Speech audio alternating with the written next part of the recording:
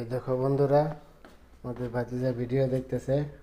Duty শেষে খালি mobile টিপা, আর কিছু না।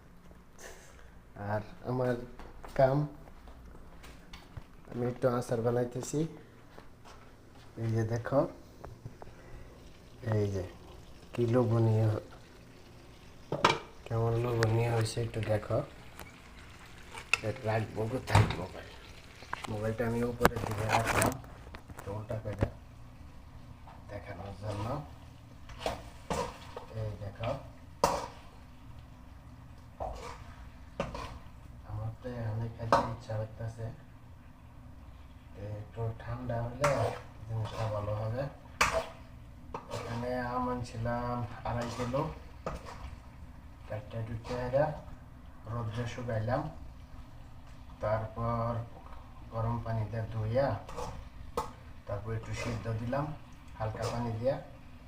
সিদ্ধ দেওয়ার পরে দ্বিতীয়বার সিদ্ধ দিলাম একটু নরম হওয়ার জন্য। তারপর সরিষার তেল দিলাম, মশলা দিলাম, এই শুকনো মরিচ ভাজিয়া শুকনো মরিচ দিলাম একটু মরিচের গ্রান আসার জন্য। আর এখানে পাঁচফোড়ন পাই নাই, পাঁচফোড়ন পাইছি ওই পাউডার, ওই মানে আস্ত পাঁচফোড়ন পাইলে ওটা সবচেয়ে বেশি ভালো হয়। এখানে দেখা যাচ্ছে কিনা আমি জানি না, এই দেখতে আসলেই লোভনীয় মনে হচ্ছে। দেখা যাক, মনে হচ্ছে অয়েলটা কম হয়ে গেছে। আমি একটু সাইডে অয়েল দিলে কীরকম হবে জানি না, এটা আমি সাইড দিয়ে সরিষার তেল দিয়ে দিচ্ছি। মনে হচ্ছে যে কমতি হয়ে গেছে, নাহলে খুঁজে যাব। আর কি সাইডটা দিব কিনা,